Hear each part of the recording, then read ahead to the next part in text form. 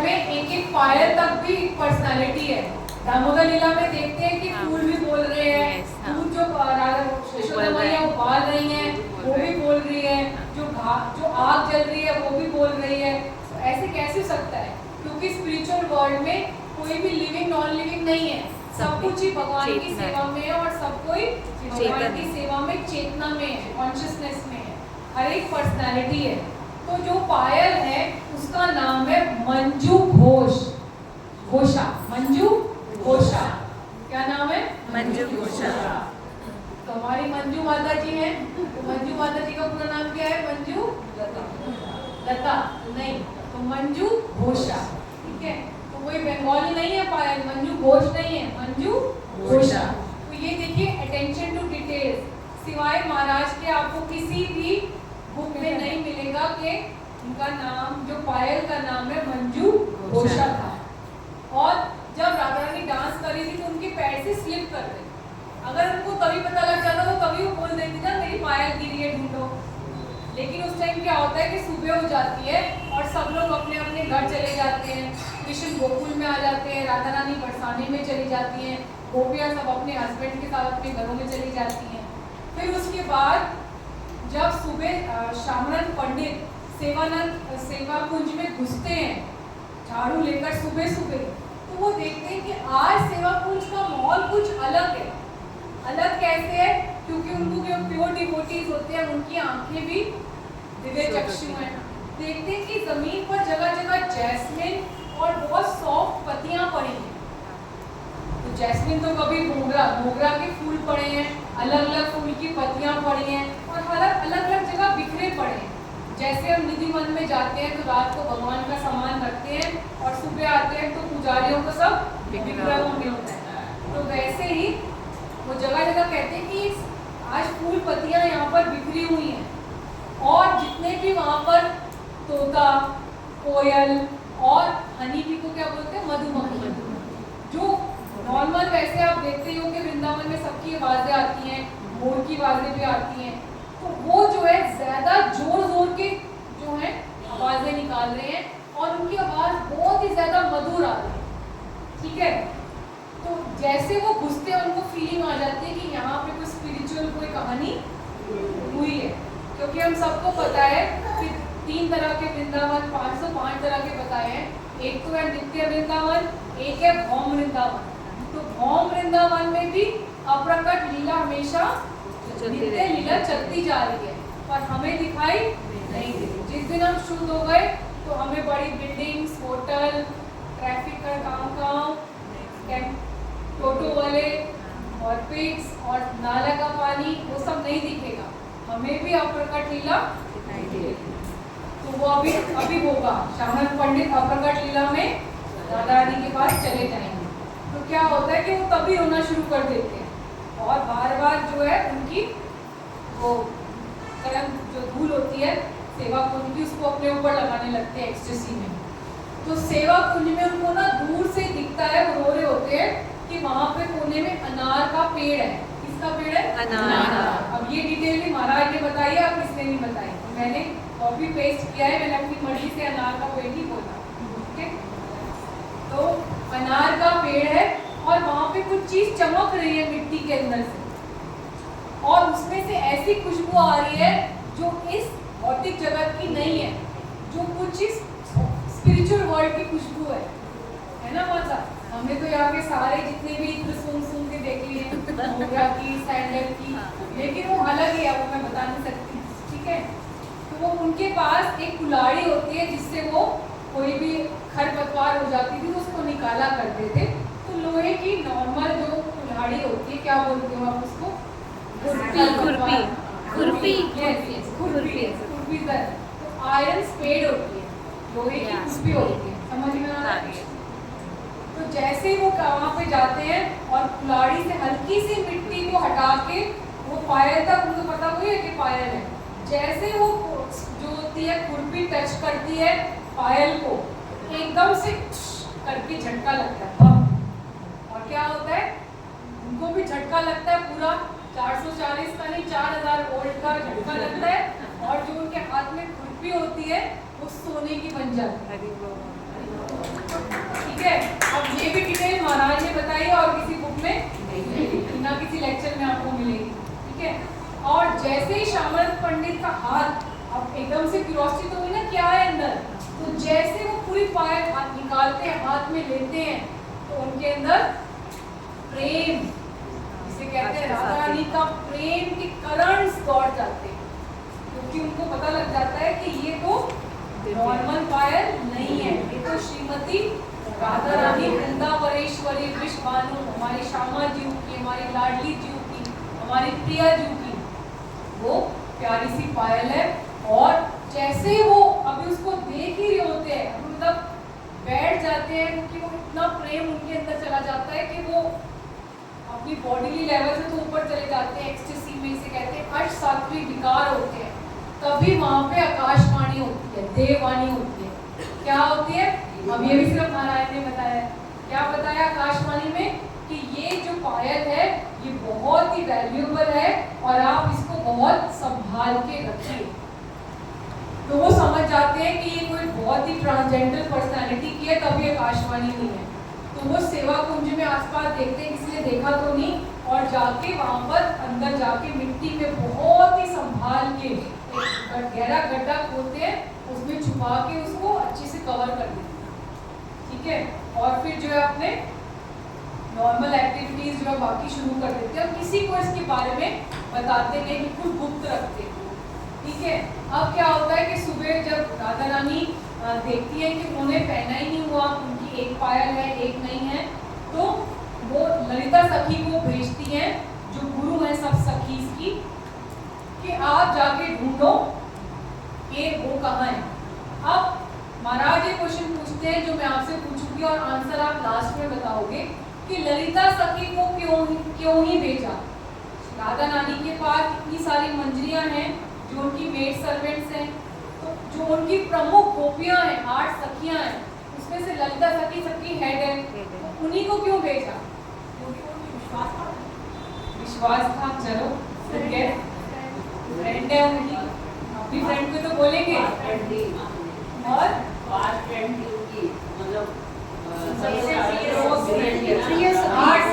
प्रमुख सखियां हैं, अष्ट सखियां, प्रिय सखी थी, चलो बेस्ट फ्रेंड थी। और ये इसे कहते हैं ना save the best for the last. Last में रिवील करेंगे महाराज कि ललिता सखी कोई क्यों, ठीक है। चलिए, आपको मजा आ रहा है कि नहीं? चलो बस सिर्फ 2 मिनट का रहेगा, ढेर सारा प्रसाद, ठीक है। तो अब जो है वो बूढ़ी लेडी बन के आ जाती है शामल पंडित के सामने और क्या बोलती है कि मैं राधा दासी हूँ, मैं कन्या कुब्ज कोई ब्राह्मणी हूँ, और मेरे लास्ट नाइट, लास्ट मतलब पहली रात को मेरी बहन ने अपनी पायल यहाँ पर गिरा दी, ठीक है। तो श्यामानंद पंडित को उनको देखते ही बूढ़ी औरत को, क्योंकि वो नॉर्मल डिवोटी नहीं है, वो तो कनक मंजरी है, तो पहले इंट्यूशन तो हो गई कि ये जो बूढ़ी औरत के रूप में आई है ये कोई नॉर्मल पर्सनालिटी, ऑर्डिनरी पर्सनालिटी नहीं है। तो वो कहती है कि आप दोनों तो सिंपल यहाँ की ब्रज के वासी हो, आप और आपकी बहन, तो इतनी महंगी पायल आप जैसे गांव वालों को कैसे मिल सकती है?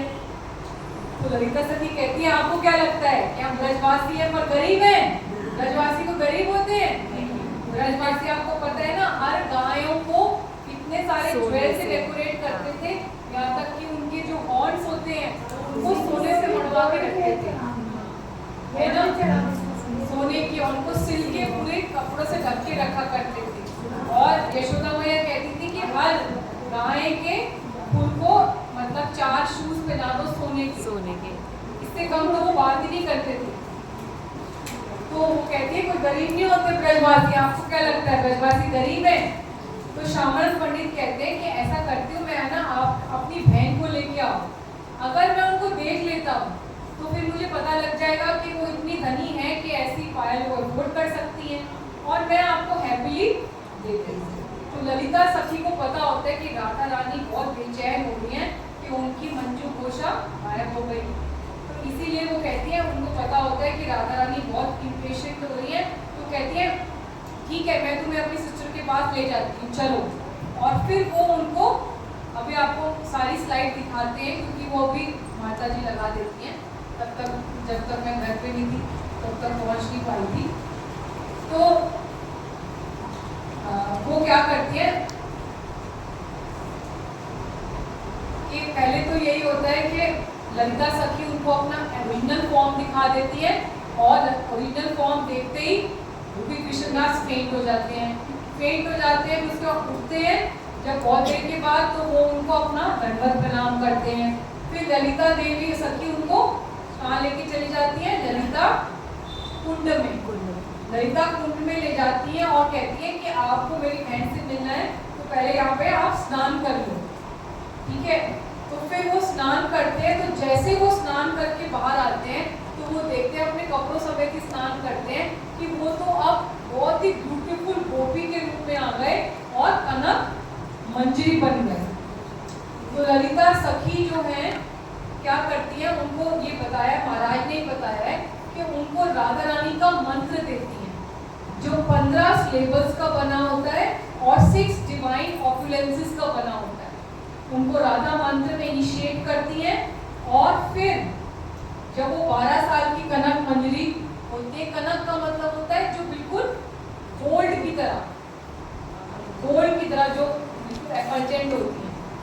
तो उसके बाद जो होते हैं वो दोनों ललिता सखी उनका हाथ पकड़कर कनक मंजरी का एकदम से पैर रखती है आगे, तो वो जो भगवान की अप्रकट लीला में जो राधा रानी का कुंज है उसके अंदर एंटर हो जाती है। मैं आपको दिखाती हूँ ये वाला, तो ये पिक्चर देख रहे हो आप,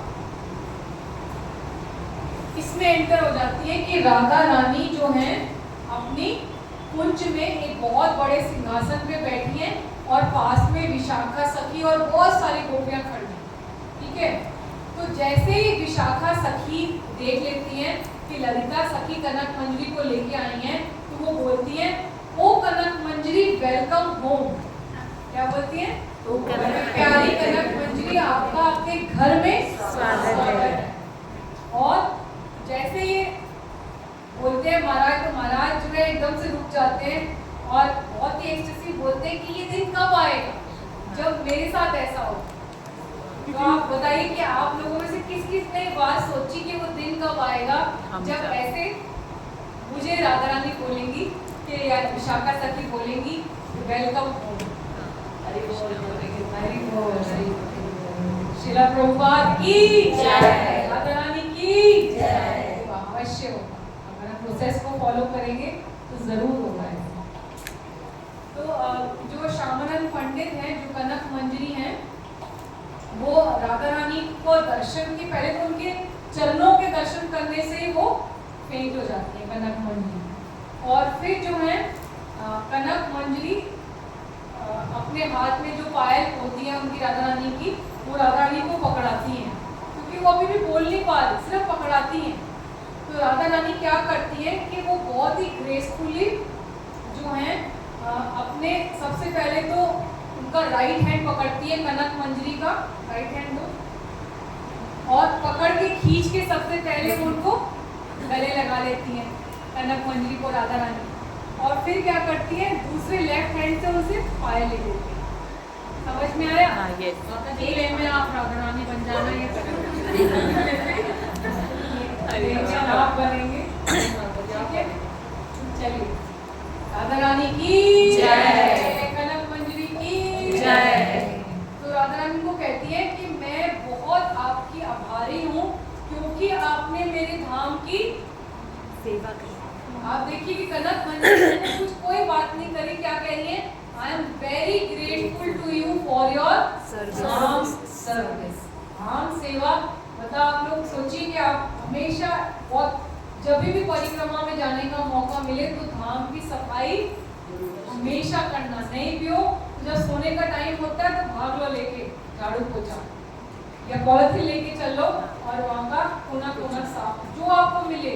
आप देखोगे कि जब राधा कुंड में सुबह सुबह जाओगे 4-5 बजे के बीच में, तो कितनी माताएं, कितने प्रभु साफ हो चुके, कर्मचारी साफ कर चुके हैं, फिर दोबारा उसको रगड़ने लग जाते हैं, साफ करने लगते हैं। या कितने जो डॉग होते हैं स्टूल पास कर जाते हैं या बंदर हो जाते हैं, स्टूल पास कर देते हैं, तो उसको उठा रहे होते हैं।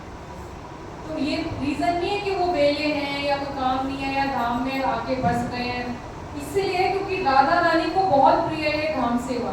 हम उनके घर की सफाई कर रहे हैं, ठीक है। इससे पता लगता है कि धाम की सेवा की क्या। कनक मंजरी को उसने गले लगाती है कि मैं बहुत आभारी हूँ कि आपने धाम सेवा करी और दूसरा आप मेरी पायल लेके आए। फिर बाद में बोलती है और दूसरा आपने मेरी पायल लेके आए, थैंक यू सो मच। और फिर जो है जो आप देख रहे हो जैसे पिक्चर में कि वो पायल लेती है और उसी पायल से जो दुखी कृष्णदास है उनके सर को प्रेस करती है उनके फोरहेड पर, और वो राधा रानी के चरण बन जाती है। जो आप देख रहे हो ये राधा रानी का चरण है। और जो बीच में रेड डॉट है वो कैसे बनाती है कि वो एक मिक्सचर लेती है जिसमें चंदन, कपूर, शहद और सैफरन होता है, कपूर केसर, ये 4 चीजें मिली होती हैं, चंदन, कपूर, केसर और शहद। इसका पेस्ट बन के उनके पास ही पड़ा होता है, उसको लेती है और एक डॉट बना देती है। देख रहे हो अपने जो चरणों का निशान है, जैसे हमारे ये जो तिलक है इसमें किसके चरण है ये, और नीचे क्या है, तुलसी मैया, कृष्ण के हैं। किसने बोला राधा रानी, ये कृष्ण के चरण है और नीचे तुलसी है। तो ऐसे ही उनके तिलक में क्या होता है, जैसे हम देख रहे हैं कि ये वाला तिलक है राधा रानी के चरण, और जो डॉट है जो बिंदी है वो हाँ, तो वो उनके सेंटर पे वो बना देती है कि वो रिप्रेजेंट करता है। वो क्लैरिटी नहीं हुई मुझे कि वो मून क्या क्या रिप्रेजेंट करता है, लेकिन वो ललिता सखी कहती है कि इस तिलक का नाम है श्याम मोहन। क्या नाम है, श्याम मोहन, ठीक है। और फिर वो कहती है कि आज से आपका नाम होगा श्यामानंद, क्योंकि आपने श्यामा जी को प्रसन्न किया, श्यामा जी को खुश किया धाम सेवा से और पायल लाकर, इसीलिए आपका नाम होगा श्यामा। और तभी क्या होता है, जादू से श्यामा जो कनक मंजरी है उनके चेस्ट पे एकदम से नाम लिखा जाता है श्यामानंद। ये भी सिर्फ महाराज ने बताया और किसी बुक में नहीं है।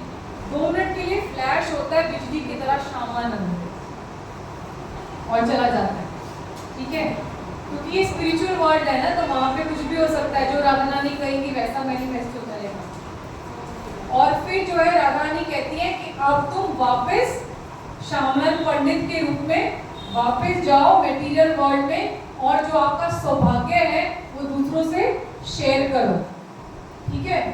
और फिर उसके बाद जो श्यामनंद पंडित हैं जो कनक मंजरी की फॉर्म में है, वो राधा रानी की चरण पकड़ लेते हैं, बहुत जोर जोर के रोने लगते हैं कि नहीं राधा रानी नहीं, आप मुझे प्लीज मत भेजो, मुझे अपनी सेवा से दूर मत करो, बहुत जोर जोर के रोने लगते हैं। तो राधा रानी का हार्ट मेल्ट कर जाता है और वो उनके हृदय से एक दीदी प्रकट हो जाते हैं जिनका नाम है लाला, और वो उनको पकड़ा देती है। जो हमने डीटी देखे राधा श्याम सुंदर के बड़े, तो अभी आप लोग दूसरी स्लाइड लगा के दिखाते हैं। तो वो कहती है ये लाला लाली मेरे से और श्याम सुंदर से अभिन्न है, तो आप इनको ले जाओ और इनकी सेवा पूजा करोगे तो इनमें ही मुझे और श्याम को देखोगे, श्याम और श्यामा को इनके अंदर ही देखोगे। If you serve the deity, you will not be separated from me, and then you will come back to me after this lifetime. ठीक है कि आप इनकी जब तक सेवा करोगे तो मेरे से अलग नहीं होंगे, और जब इस शरीर को छोड़ दोगे तो वापस इसी कुंज में आ जाओगे, ठीक है। तब तक क्लियर है। और इसके बाद वो कहती है कि कोई भी श्याम सुंदर के जो बेटी हैं उनको सर्व करेगा तो उसको 12 आशीर्वाद मिल जाएंगे। अब 12 आशीर्वाद में बहुत कुछ है, तो बहुत सारी डिटेल्स मैं आपका दिमाग नहीं कर पाऊंगी, मैं आपको 5-6 बता देती हूँ छोटे छोटे कि क्या क्या बेनिफिट होते हैं। कि आप अगर एक दर्शन भी करोगे श्याम सुंदर जो डीटी है उस मंदिर में जाके उनका, तो आपको प्रेम भक्ति मिलेगी और आपका दोबारा जन्म नहीं होगा, कोई भी आपका दुर्भाग्य नहीं होगा, ठीक है। पहला क्लियर है। दूसरा है कि आप एक दर्शन करोगे तो आपकी आने वाली 10 पीढ़ियां गोलोक में गारंटी रह जाएंगी, और जब तक यहाँ रहेंगी उनके पास लक्ष्मी, जब तक आप वो ये रहेंगी 10 जो आपकी पीढ़ियां उनके पास लक्ष्मी की कमी नहीं। तीसरा वो कहते हैं कि इस मंदिर में, मेरे राधा श्याम सुंदर के मंदिर में कोई झाड़ू लगाएगा तो सबसे पहले तो वो स्वर्ग में जाएगा, वहां के सुख भोगने के बाद वो मेरे पास गोलोक में जाएगा। तो आगे से झाड़ू लेके जाना, पोछा लेके जाना, सबसे पहले वहां की सफाई करना, ठीक है। चलिए राधा दामोदर मंदिर हम जाते हैं लोही बाजार में, नहीं तो लोही बाजार में किसी से पूछ लो, नहीं गली में राधा दामोदर और श्याम सुंदर मुश्किल से 10-15 कदम का फर्क भी नहीं है। आप पता नहीं अभी तक क्यों नहीं गए भाई, आप जरूर जाओ, अब इसी के लिए बहाना बना के जाओ। चलो तभी तो कहते हैं कि हम क्लास से हमें इंस्पिरेशन मिलती है। चलिए ठीक है, पक्का। फिर इसके बाद अगर कहा है कि अगर आप मंदिर में को काव डंग से, काव डंग मतलब गोबर से साफ करते हो, तो आपके मम्मी के, पापा के और आपके स्पाउस मतलब पति या पत्नी के जितने भी रिलेटिव्स हैं वो कभी भी नरक में नहीं जाएंगे, ठीक है। अब एक दो और बता देती हूँ, ऐसे बहुत 12 हैं, ये पाप से मुक्ति, ब्रह्म हत्या से मुक्ति, गुरु पाप से मुक्ति, तो वो हमें नहीं सुनना है, हमें बस जाके सेवा करनी है, ठीक है। और अगर आप टेंपल के ऊपर फ्लैग से लगाते हो, फ्लैग लगाते हैं ना ऊपर, झंडा फहराते हैं, या किसी भी तरह टेंपल को सजाते हो, तो आपके सारे पाप नष्ट हो जाएंगे, चाहे वो कितना ही बड़ा पाप हो। तभी मैं नहीं बताई थी आप पाप करके जाओगे, ठीक है। तो ऐसे नहीं करना प्लीज, ठीक है। अगर आप जो लाला लाली की डीटी को सर्व करते हो, तो आपकी सारी इच्छाएं पूर्ण होंगी और आप भगवान के कुक के बारे में प्रीचिंग भी कर सकते हो, प्रीचिंग मतलब प्रचार भी कर सकते हो, ठीक है। अगर आप भगवान की डीटी को नया गारमेंट्स देते हो, तो जो पूरा लिस्ट निकलती है कार्तिक में या पूरे साल लिस्ट निकलती है, कौन कौन सी तिथि पे भगवान के अलग अलग श्रृंगार होते हैं, भगवान की पालकी भी निकलती है, तो प्लीज वो जाके स्पॉन्सर कर लेना, एटलीस्ट एक बार तो कर लेना, 5100 11,000 जो भी कर सकते हो जरूर करना, एक बार तो जीवन में कर लो, ठीक है। तो आपको सबसे पहले तो आप मून प्लैनेट पे जाके रिसाइड करोगे, फिर गोलोक जाओगे, ठीक है, पर जाओगे जरूर, पहले चंद्रदेव को देख लेना भाई, ठीक है। और अगर आप उनकी डीटी को नए नए गहने देते हो, ऑर्नामेंट ज्वेलरी देते हो, तो आप पूरे धरती का एम्परर बन जाओ, राजा बन जाओ, ठीक है। ऐसे करके बहुत सारे हैं, फिर उसके बाद गोलोक जाओगे, तो जाओगे, तो बोला ही उन्होंने, ये बता रहे हैं कि क्या क्या बेनिफिट किस किस चीज के हैं, तो ऐसे करके 7 बता दिए, 12 हैं, तो वो अलग अलग पापों के बताए हैं, ये पाप से मुक्ति, वो पाप से मुक्ति। तो बेसिकली है कि जाके धाम में सेवा करें। अगली क्लास में ज्वेलरी ठीक है। अब क्वेश्चन आता है जो मेरा मेन क्वेश्चन था, तब तक आप लोग लगाओ कि राधा रानी ने ललिता सखी को ही क्यों भेजा, पता करने के लिए मेरी पायल का बताओ। सारी सखियां सो गई थी स्पिरिचुअल वर्ल्ड में, या भूख लगी थी तो ना वहाँ पर मेस में खाना के लिए चली गई, बिजी थी, सेवाएं कर रही थी अलग। Yes Manya, good thought, I love it. Yes चलिए, जैसे एक बार और बता दो, ये राधा रानी ने ललिता सखी को ही क्यों भेजा अपनी पायल लाने के लिए, आपको क्यों नहीं भेजा?